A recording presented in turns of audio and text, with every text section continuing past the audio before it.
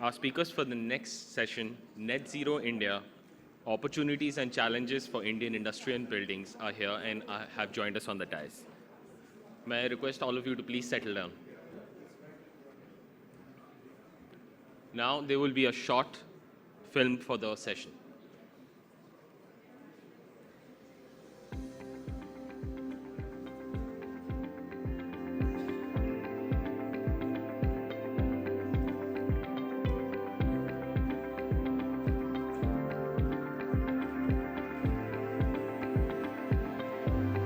India is striving to achieve the target of net zero by 2070.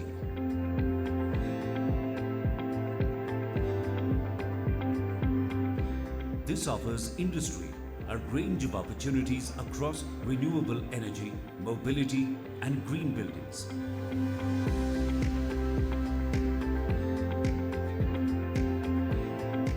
India ranks third in production of solar power.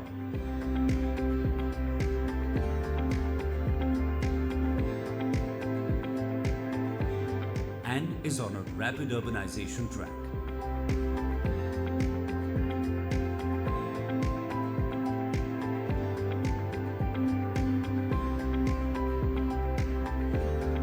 Creating challenges in waste management and climate change adaptation and mitigation.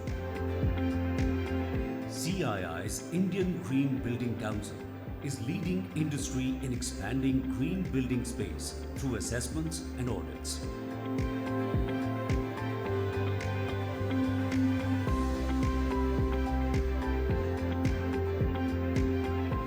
Through the CII IGBC, 12.6 billion square feet of green buildings have been registered, making India the second largest in the world. CII's Green Building Centre and Centre of Excellence for Sustainable Development are supporting Indian industry in going green. The session on Net Zero India, Opportunities and Challenges for Indian Industry and Buildings explores the scope for net zero activities. Well, good evening, ladies and gentlemen, and welcome to this session rather late in the day on net zero. As you know, the theme for the CII session is co-creating the future responsibly and the role of business.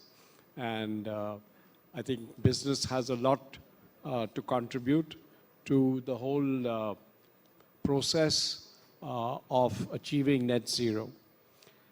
We have with us four very eminent persons. We have Mr. Abhay Bakre, who is the Director General of the Bureau for Energy Efficiency in India. Mr. Sandeep Shikre, who is the President and CEO of Sandeep Shikre and Associates, and is the Chairman of the Indian Green Building Council Net Zero Carbon Committee. We have Ms. Mansi Madan Tripathi, who is the Chairman of the Shell Group of Companies in India and Vice President of Shell Lubricants in Asia Pacific, and Mr. B.C. Tripathi, former Chairman and Managing Director of the Gas Authority of India and a Senior Advisor to Greenco in India. So I am going to request each of our guests to say a few words for a few minutes to begin with, just to introduce their perspective on this topic, and then I have a few questions for them. So may I request Mr. Bakre to speak? And I think everyone, of course, would like to know a little more about carbon trading and how that relates to net zero. Thank you, sir. Thank you, sir. It's always an honor to participate and express views in any of the CII event. This is the first line I always start with for any CII event. So it's a privilege, and Mr. Godrej, all our panelists and delegates. As you all know, the Bureau of Energy Efficiency was set up under the Energy Conservation Act. Now we had this ambitious amendments to Energy Conservation Act, in 2022, which brought many provisions which can be termed as futuristic mandate, not only for the Bureau, for the energy sector. And in fact, it can go even beyond, like as you rightly mentioned about the carbon market. So one thing which is very much relevant is that we included residential buildings in the basket of our energy conservation activity. That is a huge thing because we have almost 23% energy or the electricity consumption in a residential sector, then the about 9 to 10% commercial sector. But as we see next 2 decades, both the commercial, most of them will be air conditioned, even the residences will start using many of the cooling solutions, many of the gadgets. So in a way, bringing energy conservation into the residential gamut, both from the active side, that is the appliance side, and also from the building envelope side. So that's also. The second important thing was looking for the energy transition by way of introducing carbon market. In fact, it is something which is quite some time we should be having here in a growing economy like India. Worldwide, it is very clear that carbon pricing brings down the best solution for reducing the emissions. But when we mature to a economy which is approaching now towards a developed economy, rather than a carbon tax, the carbon pricing should be more in the form of carbon markets.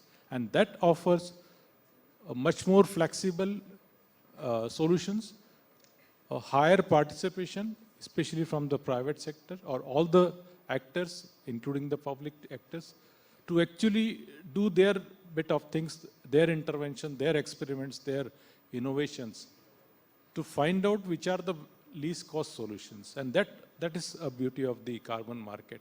And the way we proceed with the carbon market, the framework is ready. We are in the cusp of rolling it out step by step by considering all the market. So it's going to help the industry initially, getting into the buildings, getting into the other aspects like power sector, the transport, etc. So I think the Bureau's role now has already been changed from energy efficiency to Bureau of Energy Transition, and offering those solutions, both from the mandatory perspective and the policy perspective, to develop a growing economy which is towards low carbon, benefiting all of them, and that's the mandate of Bureau. Thank you. Thank you. Sandeep, as we just saw on the presentation about green buildings, it's been a very good story in India. We've been able to achieve significant amount in these last 20 years. But when we talk of net zero carbon committee for IGBC, what exactly are we talking about? Let me begin by saying that it's an honor and privilege both to be here, sharing dais with you, sir, and on a CII forum. It's a very thoughtful session on a net zero mission. When we look at a current scenario in India, over the last 2 decades, with the immense contribution of IGBC CII, we have been able to produce 12.6 billion square foot of a green footprint. And on Earth Day in 2021, IGBC announced its net zero mission. Subsequently, net zero energy, net zero water, net zero waste, and net zero carbon pilot rating system was announced in last Congress. So we have up till now around 120 projects registered, out of which 60 projects are certified. So the response is slow. The response has to go exponentially high because net zero is a subset of all the sustainable footprint that we have got in our country. And our Prime Minister has already committed with a very ambitious plan for 2030 as well as for 2070. And from architect lenses, I come from a building and construction industry, which contributes almost 11% of our emission for the project level and 28% for the operational level. So it's the largest contributor for the emissions. Keeping that in mind, IGBC has moved ahead, well ahead of the time, I would say, to move our efforts towards a net zero. Net zero energy, that way, is very directional. Net zero water is also very directional. Waste is tough, but also directional. But net zero carbon is very, very tough because there is an embodied carbon, there is an operational carbon. There's a lot that needs to be done. But with a lot of thoughtful initiative, we have established a pilot version where we are mentioning that 700 CO2 kg per square meter is the embodied energy given to all of you to develop your project.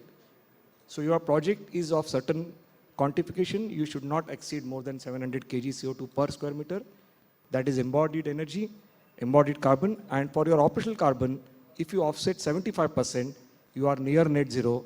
And if you offset 90%, you are net zero.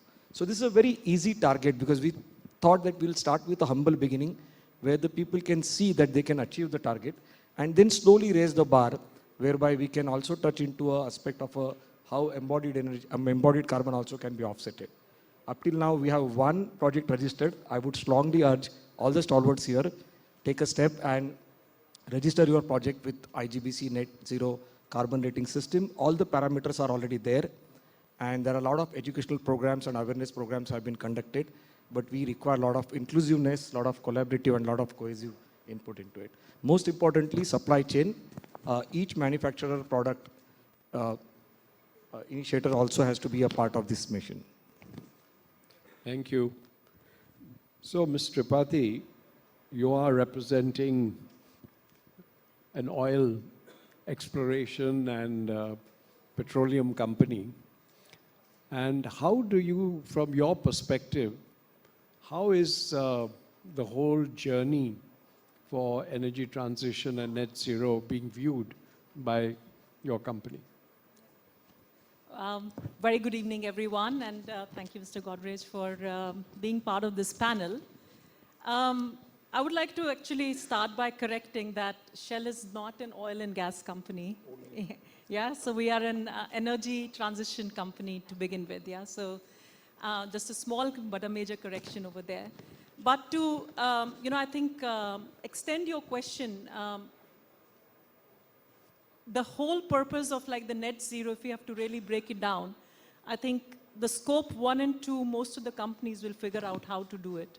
I think it's the scope 3, which remains like a holy grail in terms of how do we get there. And there, the ultimate decision maker is going to be the consumer and the pricing, right? So till the time we are not able to solve for how do we get the overall economics of this value chain correct, we'll keep going through these circles again and again. But then shifting back to specifically LNG, I think obviously gas, if you have to really look in specifically in the India energy transition, would have to play an important role along with solar. And I guess I heard an important quote the other day which said that India decarbonization journey is going to be led by demand growth rather than exchange growth.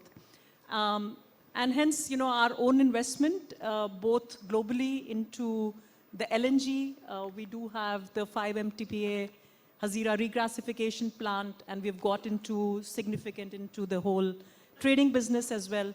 And I think now it is really how do we work collaboratively with the entire industry to see reformation, both from a policy perspective, usage, and ultimately the pricing, which then needs to be at parity to the other options which are available to the consumer, right?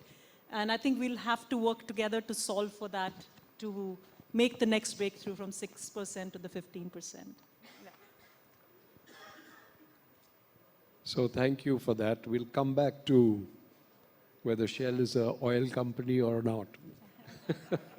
Absolutely. So, Mr. Tripathi, you've spent a lot of time in the government and with the Gas Authority of India, and I think you've witnessed a huge change in the energy scenario in the country. It'd be interesting from your perspective now to think about, how we are going to achieve this target of net zero. Thank you, Mr. Godrej. Present, good evening to all the fellow panelists in the audience here. Just on a lighter note, what Mansi talked about, it reminds me, because I have been in the field for a very long time. So earlier, the company used to be oil and gas company, and later on, they started calling them gas and oil company. Now they are calling them as a energy company and transition company, and all companies are changing their logo and taglines.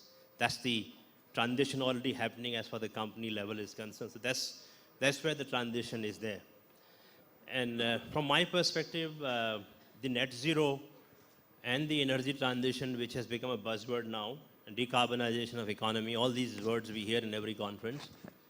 From the India perspective, having spent almost 4 decades in this sector, I see this as an opportunity. Though there's a huge challenge because as a country, we are the fastest growing economy. We have aspiration to continue to grow even 8, 9, 10%, not for 1 or 2 years, for a couple of decades. And we see that we want to be the growth engine for the global economy, not only for the Indian economy. That means you need a lot of infrastructure. You need a lot of investments into manufacturing sector. You need steel, cements, buildings, roads, whatever you call it. That means you need more and more energy. The energy demand is growing at a rate of almost 3 to 4%. And on one side, when we want to decarbonize the economy and going to the net zero, on the other side, we want to grow the economy and grow the demand for energy. So this is a challenge as a country.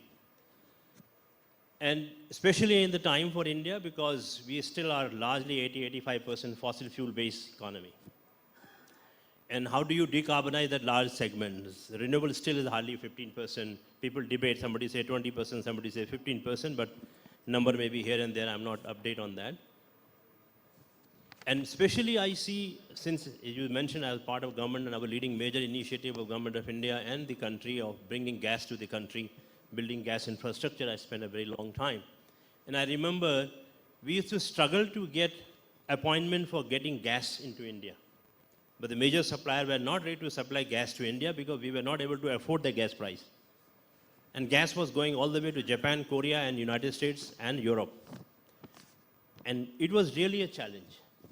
If you look at today, we are not fortunate to have those kind of oil and gas reserves in the country other than coal, but we still import 85% of oil. We import 50% of our gas. We still import some amount of coal, and we'll continue to import more. My assessment is our import of oil will go as high as 90%. Import of gas will go as high as 70% because the demand is growing, and you don't have the options for us to do. So in such a situation, I see this energy transition as an opportunity to reduce your import dependence, to reduce your import bill. And whenever oil prices goes above $80, the debate starts, people start writing articles in the paper that country's balance budget will disturb, the, current account deficit will disturb, and all those issues start coming into the space. So I see that we are fortunate to have good potential of solar and wind. And over the last 2 decades as a country, we have demonstrated that there have been a fantastic growth in terms of the solar power. I remember the first project when we put up from GAIL was 15 rupees a unit. Today it is 2.5 rupees a unit. So that's the transition the country has seen. Whole industry needs to be complemented for that. So I see that's an opportunity when government has given 500 gigawatt target. They have come out with a hydrogen mission for 5 million tons, which is a great opportunity for us to A, provide to a large extent energy independence, B, also to provide in terms of price stability, because this is insulated from all kind of inflation, the renewable energy projects. You do a project, you are synced for 25 years. So I see this as an opportunity for energy independence for the country, reducing the volatility. Of course, there are challenges in terms of meeting those 500 gigawatt targets and 5 million tons target. There are a lot of pieces which needs to be put together. And government must be complemented for really giving this target and coming out with a lot of policy initiatives, whether it is in the form of PLI, whether in the form of incentive. Some more needs to be done, and one of the major point which Mansi raised is about demand creation. So I think it has to be a policy support which is both pull and push mechanism, and ultimately it should be leading to a pull mechanism where industry of its own latches onto it, it gets seeded into part of our economy. So I see this as an opportunity rather than a challenge, because the risk of existence for the society, for the economy, is much higher than the cost of transition. That's what my initial thoughts are. Thank you. That was very useful. So, Mr. Bakre, coming back to carbon trading, I think it would be interesting for everyone to understand, how they can participate in this scheme of carbon trading. And as you rightly mentioned, price signals are very important for the energy transition. So how do you expect that carbon trading will contribute not only to the net zero movement, but how do we speed it up through mechanisms like carbon trading? Yeah, thank you. So there are 2-3 basic principles based on which we are trying to evolve our framework. First thing is that the net zero for our country is actually a vision, 2030. As of now, our economy is growing, so our emissions are growing. And that is very much pertinent as far as our NDC targets are there. So our NDC targets, even by 2030 or even now we are working on 2035, our targets are based on intensity. So in a way, our economy is not reducing the absolute emissions, we are reducing the energy emission intensity of our economy. And because our economy is growing very fast, there are huge opportunities for reducing the intensity. By the time we peak, say by 2040 or even, then we will start reducing the emissions in an absolute manner.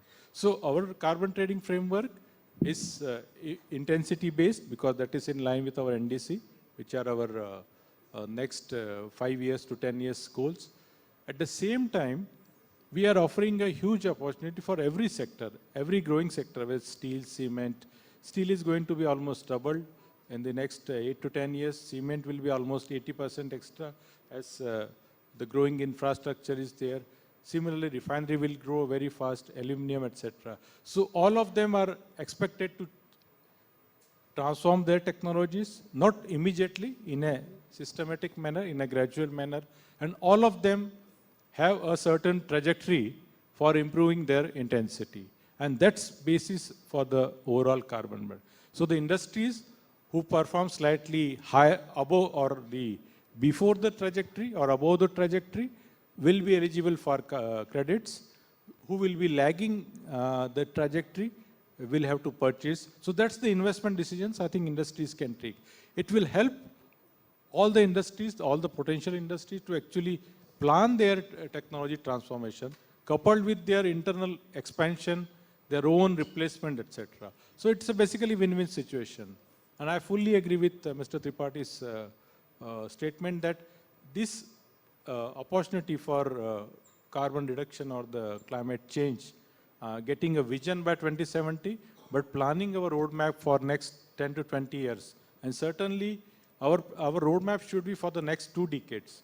We don't have to plan a roadmap for 2070 because that's only a vision.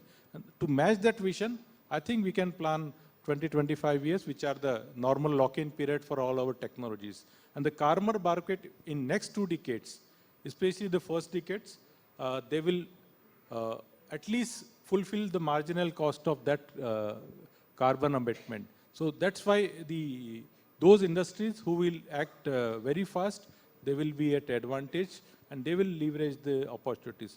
That's the basis of our entire carbon market framework. Thank you. Thank you. So, Mr. Tripathi, coming back to your company, all the oil companies in the world have talked of transition.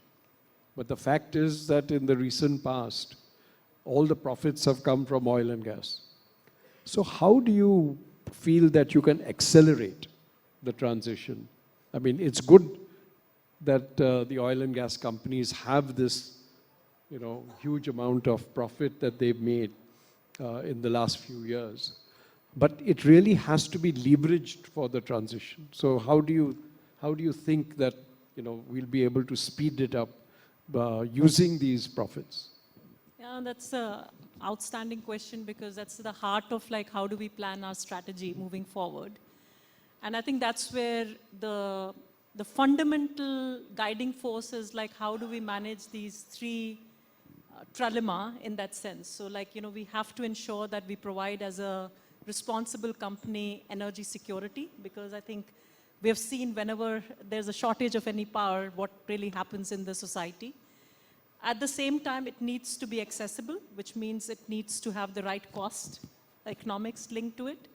And then the third part, which is a very important pillar, is the sustainability part of it, that it has to move in the decarbonization.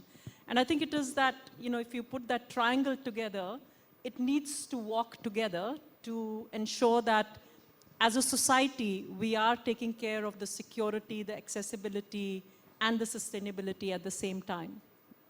So as a company, then, the way we have been putting in is that our future CapEx investments are skewed towards the renewable part of it. So if I look at the global level, and in our last strategy conference, we did declare that close to 10 to 15 billion of our investments will be going into renewables. So that's a big investment case which we have been putting together. And I think we are trying to figure out how do we ensure that it gives us an IRR of 15% plus. And that's where most of the effort and energy, and we are already finding solutions to it. And, Mr. Tripathi already mentioned on, the solar being where we have worked through the process and got the right pricing.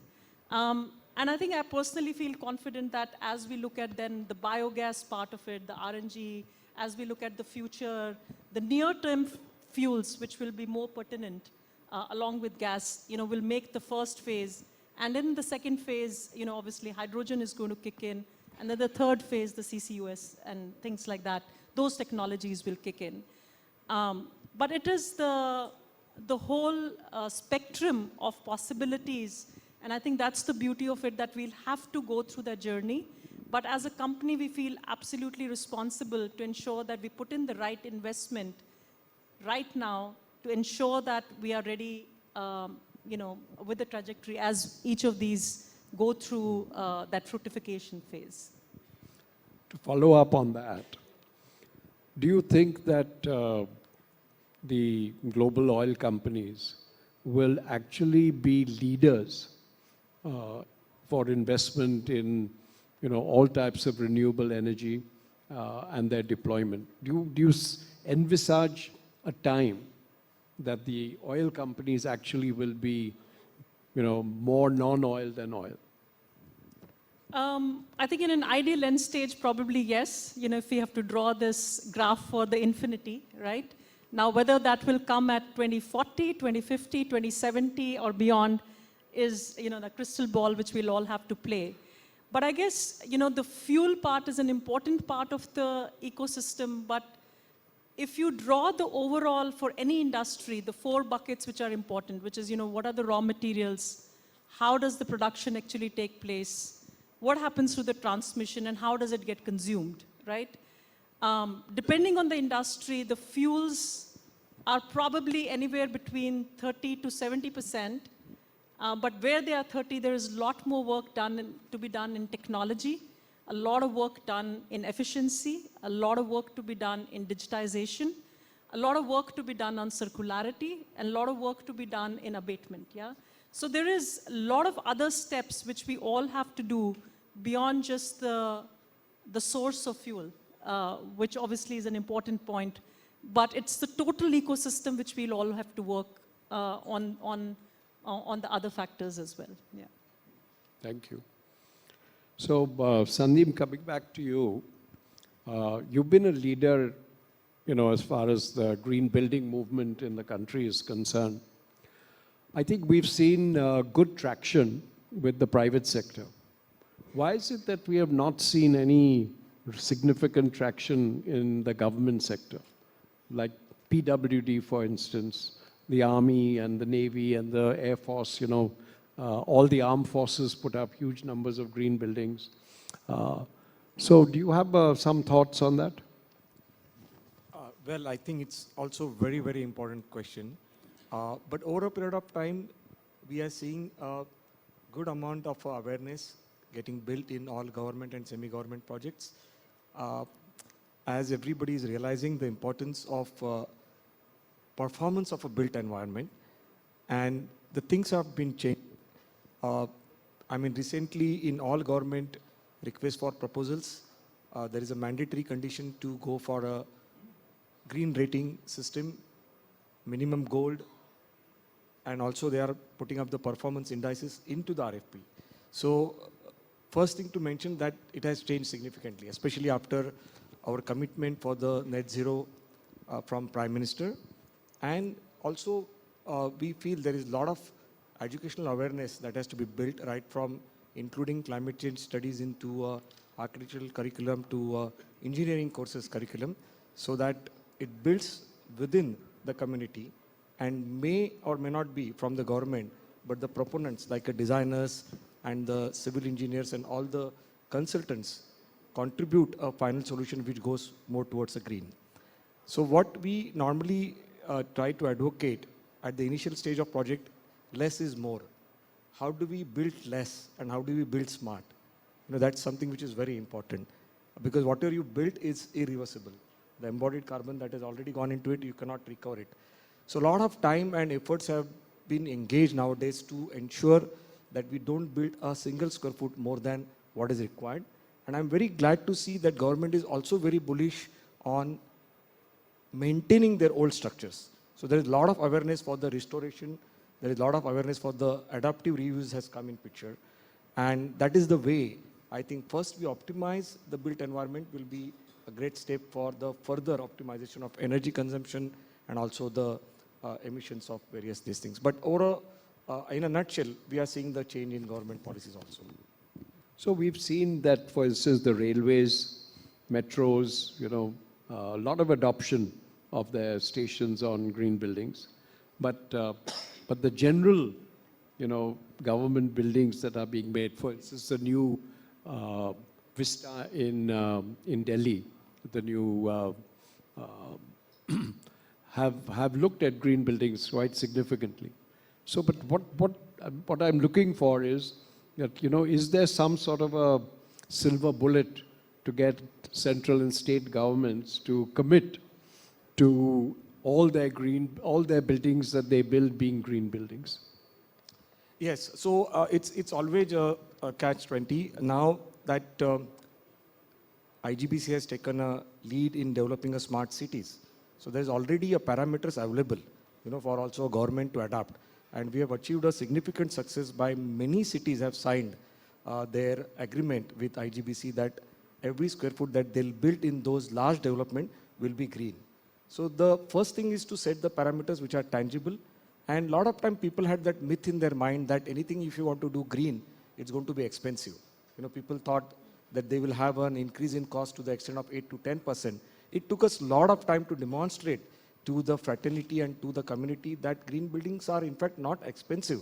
They're at par with the cost. And when you see the life cycle of those buildings over a period of 5 or 10 years, it makes a lot of sense because you save almost 25 to 30% of energy and various other resources. So the cycle of those sustainable building is complete now because those buildings have seen 5 years, 10 years, and people are evaluating the performance of it. That itself has created a lot of motivation and inspiration for everyone.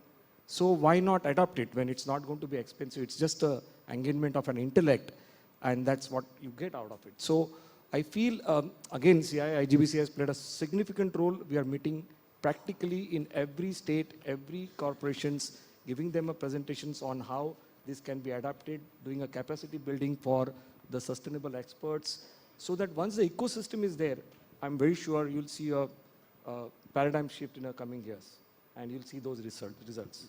That's encouraging.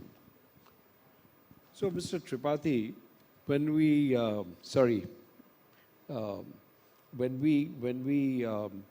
talk of the energy transition, what role do you see for the technical innovations and the role that because at the end of the day we are talking of net zero transition. It may be 2070, but what do you see as the critical elements for net zero to actually make a significant impact as early as possible?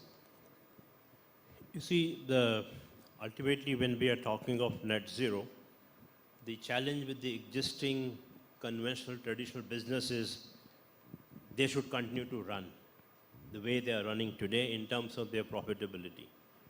So how we can reduce the cost of their transition, the cost of greening their business is the biggest challenge.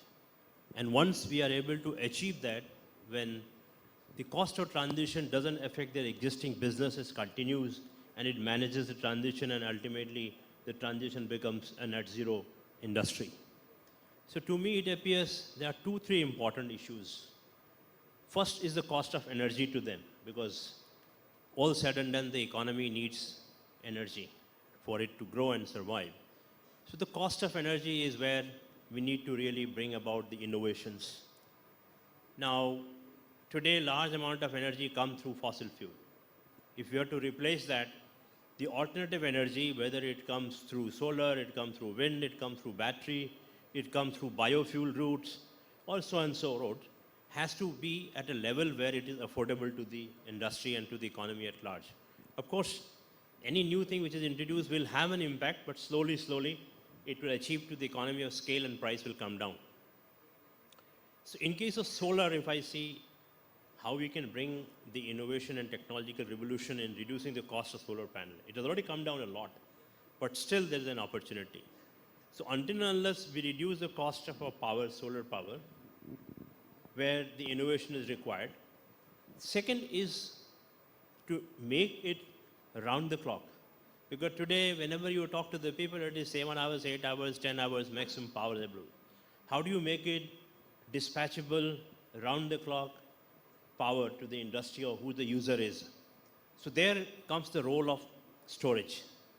So storage is a very, very critical element if you want to really harness, which comes through battery route, which comes through the solar pump hydro routes, or any other routes, right? So storage technology, which should be supported where, when we talk about policy, I think this is one piece where a lot of actions are required to be taken from the government side, where how do they incentivize the storage as a policy and the storage as a service. So that's one part. The second part, the hard-to-abate sector, which is basically a guzzler of energy, and also are the larger emitter of carbon dioxide, whether it is steel, whether it is cement, whether it is refinery, chemical sector, petrochemicals, and so forth. And their basic raw material and energy is in the form of gas. Whether it is coal gasification, whether it is naphtha gasifying, whether it is natural gas going, that needs to be substituted, and the substitute is hydrogen. Because ultimately all these industries are using that hydrogen element out of that. So therefore this green hydrogen technology, which is largely dependent upon electrolyzers, which is a major source of producing hydrogen. Of course, power is an input, which is 70% cost, I already spoken. The efficiency around the technology and innovation around electrolyzer is another key element which we need to work upon. And the third element is the carbon capture. Because we are not much talking about carbon capture and carbon utilization, carbon sequestration. As a country, we don't have much of the opportunity of carbon sequestration because we don't have that kind of potential to sequester carbon. But carbon utilization is another, so carbon capture and carbon utilization is another area where I believe the innovation and technology can play a great role to decarbonize and to go to net zero. One example in that place I want to give is that today technology is available where from carbon you are going into straightway petrochemicals by using green hydrogen.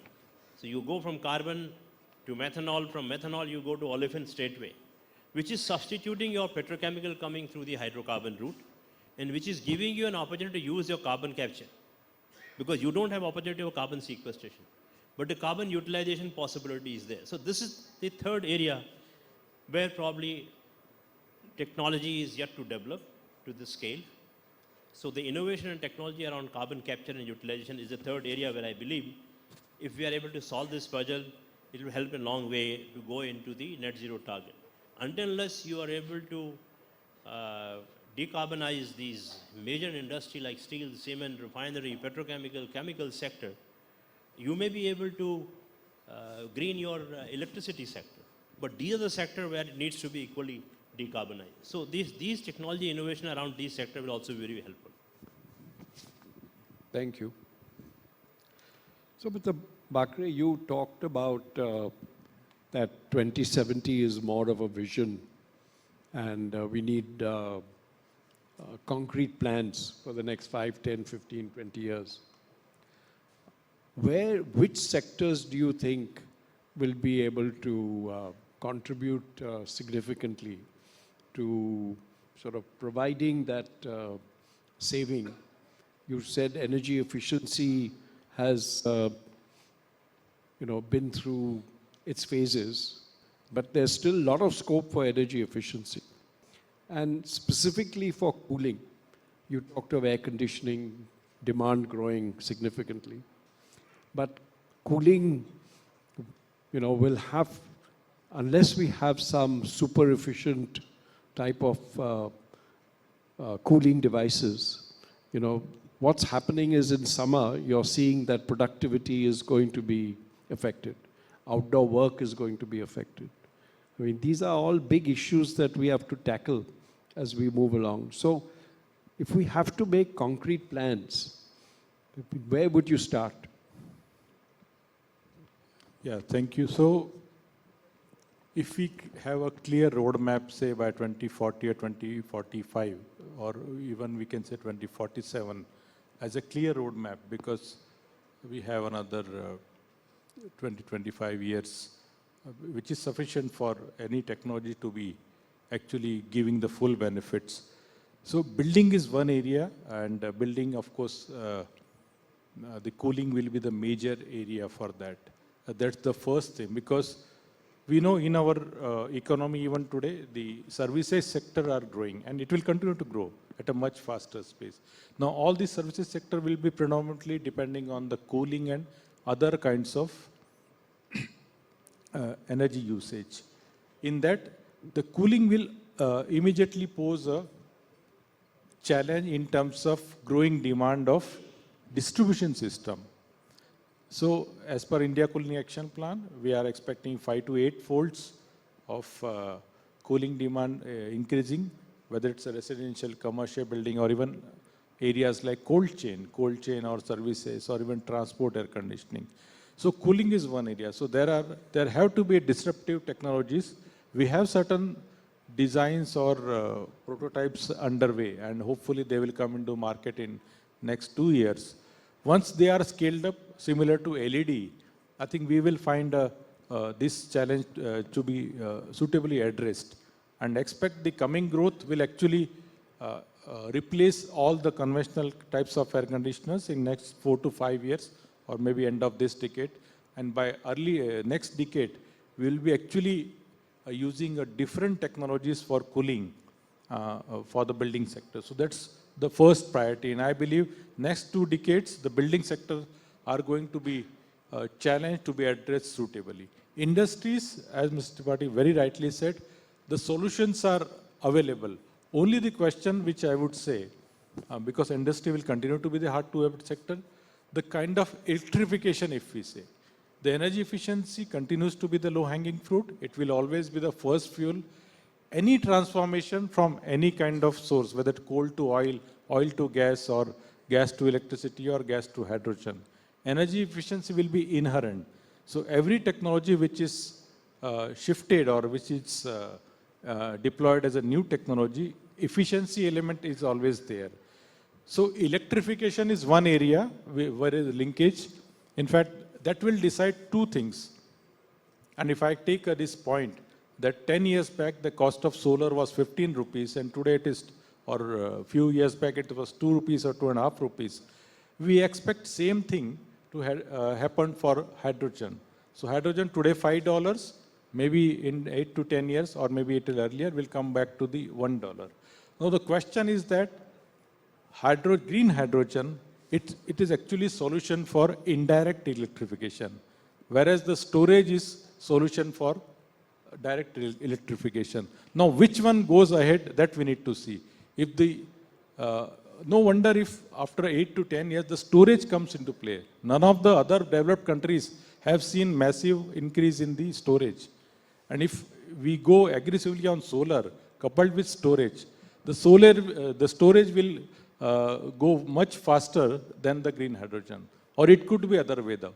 So let's see which goes ahead, whether the electrification in a direct manner through storage, or electrification in an indirect manner which is through green hydrogen. Let's see, I think both of them will compete in next 1 decade for the industry and hard to upscale. Thank you. Do you want to take a guess on that?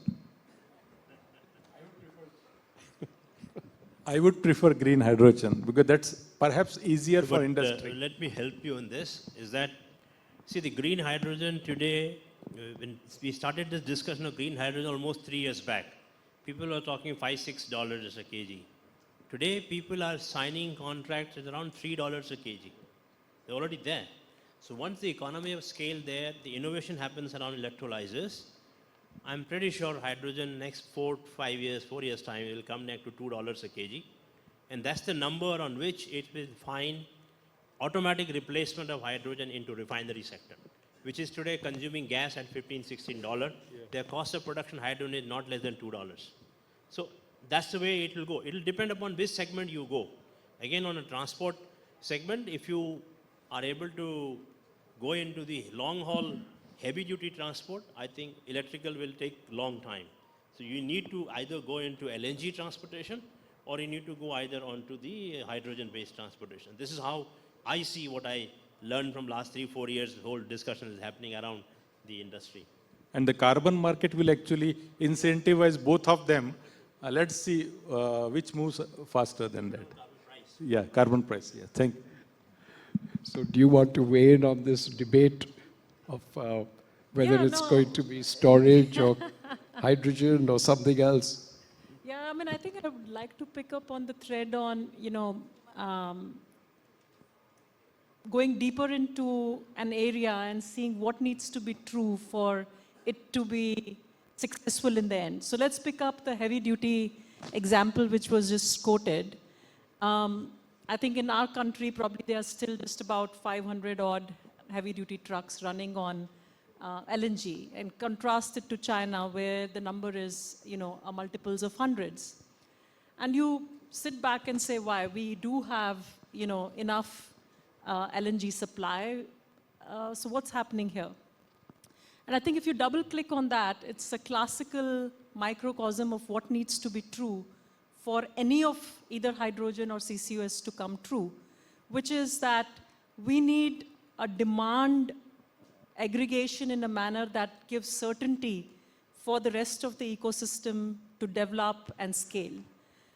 We need the OEMs to then put in the capex, which is needed to get to that number of trucks which will be DNG compatible. We need the retail stations to be put in that facility along the certain routes. We need the financing body. We haven't talked about the financing as an important component to actually give those requirements versus the interest rates. Of course, some of the policy pieces which need to come in, and the driver community, and then the rest of the ecosystem to also follow. And this entire ecosystem needs to be mapped out and then seen what needs to be true for each of them to be successful. And I think it's not that difficult, but it's the coming of the industry and the collaboration cross-industry, which is so key for any of these technologies to come through. And I think probably if there was one thing which, in this net zero debate, which I would like to really, really push for, is that how do we accelerate and catalyze this whole industry movement? And I think CI is a great banner for this, so that right from the energy producers to OEMs to financiers to the retailers to the end consumer, we can bring all of them together and truly, truly make the interventions which are needed to accelerate any of them.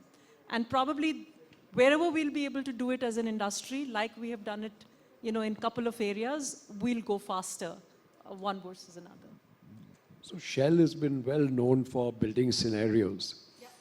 So what is your scenario for net zero? Do you have one that is public knowledge?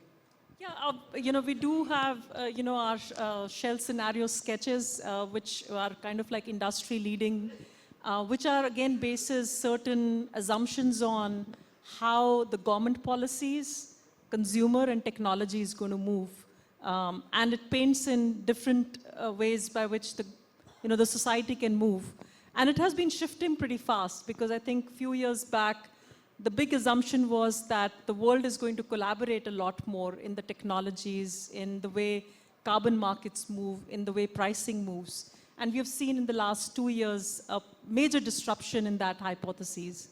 I think there would be different end scenarios in each of them, but what is absolutely critical is that all the countries will go through that transition phase dependent on these three underlying factors, which is of technology, policies, and pricing.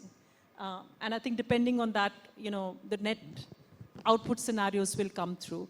I'll be very happy to take the audience through those scenarios at some point because I feel very passionate about them. But I guess the critical point is how do we put all these things together in our country with the industry to make the scenario which we want for us. Thank you. So I think we have just a few minutes left for the panel. I'm going to ask each of our panelists to give their final thoughts on the subject that we have today, which is, how do we co-create the future responsibly? So your thoughts, Sandeep, and then we'll take everyone else's thoughts also. True. So basically, the biggest opportunity that we have, that we are in that transitional mode where the built environment that we have today, we are going to build 2.5 times of that in next 1.5 decade. So we should be very thoughtful. Our cities were designed by Britishers, which were monocentric, whereby the town center, island city, and suburbs, which was good then when the population was less. Now we are emphasizing on a polycentric cities. That means 1 square kilometer city where everything you have within 1 kilometer, your school, your hospital, your park, your entertainment, your social areas. So that way it will have a very compact development. There will be a less stress on people commuting from one place to other place, less fuel emission, more better. And these polycentric nucleuses together can bond it together. So while we are developing a new city, we should be very mindful to ensure that we built it something like Oroville. Oroville is giving us such a beautiful self-sustainable model that can be extrapolated into urban areas. And that would be the first step. As an architect, I would say that our planning has to be intelligent. There has to be a diversity factor. For example, all of us in a megapolis has 1 car parking under our house, 1 car parking under our office, and 1 car parking wherever we go for a cinema or for a mall. Can that not be taken as a one common parking where there is a diversity factor and we can save millions and billions of square foot of construction, which is doing nothing. When you are at office, your home parking is doing nothing, and so on. So I think a lot can be done if we do a good master planning at a city level, at a regional level, and then slowly and steadily we can think how we can make it more green. Who has actually achieved something close to that? One of the best case study in India is Oroville in Pondicherry. I mean, you will see that particular city and the people's spirit, they are fully self-dependent. Every structure that takes place there, 90% it is done by the local material, by the local talent, by the people, for the people, with the people, and they are very happy. The happiness quotient of that particular place could be highest is what I feel. No compromise in quality of life that they are living there. Most of the intelligent and most of the stalwarts, they are actually staying there. And many such examples are there in various corners and nooks of our country. In Kerala, there are a lot of people who are doing there. So we can be very mindful while we are doing an urbanization. We can keep people happy in the rural areas by developing some very thoughtful, very modern, whereby they are connected to the world. But we have to somewhere have a strategy where we reduce the pressure on the urbanization and also create a good balance. Thank you. So let me start with this side. Mr. Tripathi, your last thoughts on the subject before we close. So I think the two aspects which we have not discussed, I want to touch upon then. And one is the financing part, which Mansi raised about. This whole transition requires huge amount of investments, billions and billions of dollars of investments. That's one aspect where we need to work upon, that how we attract the cheaper capital coming from the international sources, because we still have very high interest rate in our country. So that's one area which we need to address probably. The second thought, which probably is not much discussed, but I was today morning thinking about it, the distress which is going to cause into the human capital. And as I see that many of the talents are now moving from the conventional field to the new energy sectors. I'm just giving an example. Earlier, the oil and gas sector used to attract best of the talents because they were paying very good money. Today, the young talent doesn't want to go to the oil and gas sector. And this oil and gas sector has to continue to support this transition because you're not going to do away with oil and gas for the next 30, 40 years. It's going to slowly come down. They have reduced their investment in capex into the new projects, which may be a cause of concern. They are not able to attract the best of the talents. And today I was just thinking about coal sector in our country. Coal sector today supports almost 1 million people, both government and private sector. And around 3 to 4 lakh people are the pensioners who were earlier working in the coal sector. Now it's a matter of time and debate when we'll see the peak and the production will start going down, demand is going to go down. Now how do you do with the people who are engaged in this sector? How do you support them? Government gets a lot of cess, royalty, GST, taxes coming out of this sector. Now, if these sectors going down, how do you compensate that? How do you reskill your manpower? How do you repurpose your existing infrastructure? For example, today we are investing huge amount of money in building gas infrastructure in the country. And we need to do that because ultimately gas is going to be an intermediary fuel before you go to the zero stage. But how do you create that infrastructure which is going to sustain for its life and going to pay for the return, the investment which you have done? So repurposing of the existing infrastructure, reskilling of your human talent, keep the existing oil and gas sector running so that it maintains and supports you in this transition is the biggest challenge probably which we need to address while we are looking at that. So these are two elements in my mind which we need to talk about. So, Mr. Bakre, your final thoughts on this subject? Yeah, very quickly. So when we talk about, say, top 1,000 industries, most of them from hard-to-abate sector, and when they experiment this transformation of energy transition, even if I say in a horizon of next 2 decades, those experiments, those technology absorption has to trickle down to the MSMEs. Because once we start addressing the transformation MSMEs, which can happen like refinery or fertilizer or aluminum may not have so many SMEs, but steel sector, their secondary steel, the sponger, and same thing textiles, pulp and paper. So these MSMEs will also face these kind of opportunities, and they are going to separate. That will create more job. They are more flexible in transforming themselves. That's by virtue of that. So that's one thing. I think the impact to MSMEs will be more visible, and once that happens, I think our transition will be very fast. And the second last very small point is that whether we put a target of reducing emission or whether we put a target of energy independence, I believe both are going to achieve the same trajectory. So let's give a more effective target of energy independence. I think we will be on our emission reduction trajectory. So that will meet both of us goals, and it will give a better achievement for our economy. If we focus more on the energy independence, I think the emission reduction will happen automatically. Thank you. Thank you. So, Mansi, your final thoughts? So I think my final piece would be a food of thought for the panel and the audience over here, which has been patiently listening to us, is what is the price we are ready to pay as consumers? And many of you are decision makers in most of the industry, which is what is the price you are ready to give for sustainability?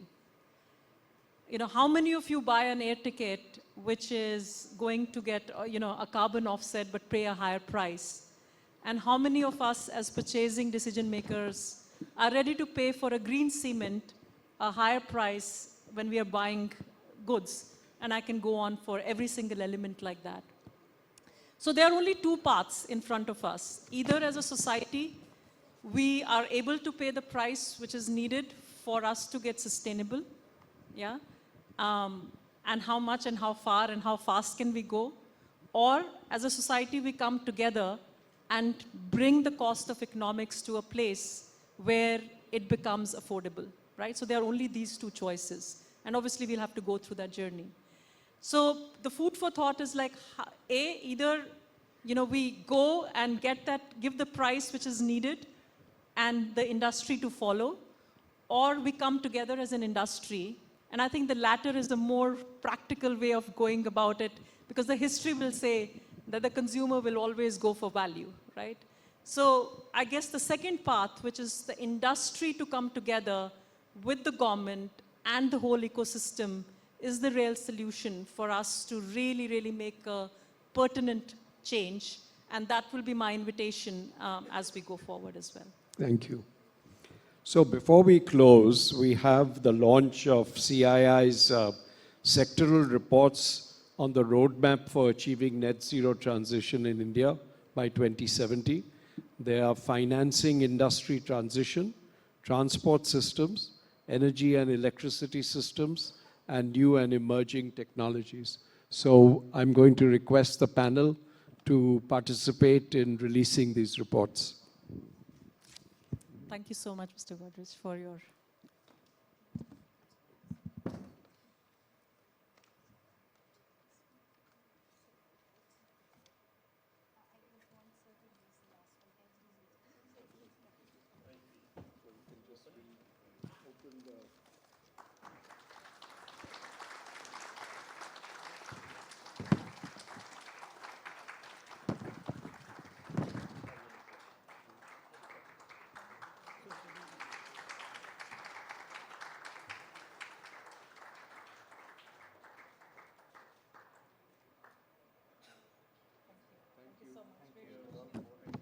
Thank you to the speakers. I now request Mr. Godrej to hand over a token of appreciation from CII to our esteemed panelist. Mr. Abhay Bakre.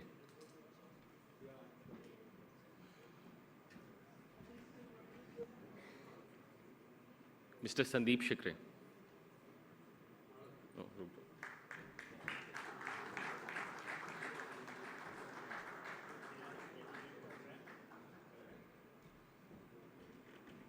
Miss Mansi Madan Tripathi.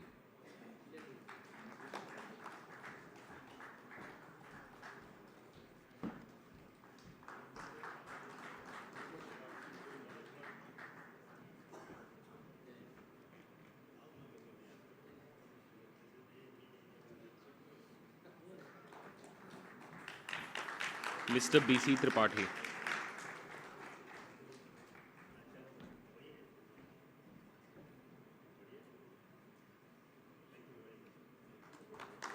I would request Mr. Sandeep Shikre to kindly hand over a token from CI to our session chair, Mr. Godrej.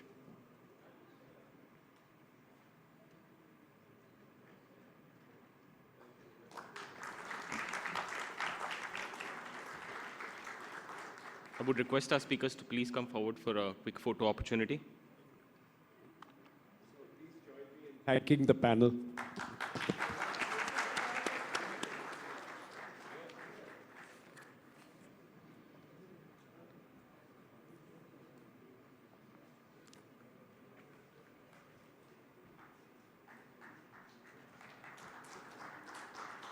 We now come to the close of this session. We have a very engaging session ongoing with Mr. Azim Premji in Darbar Hall, and we would like if you could join us there, please.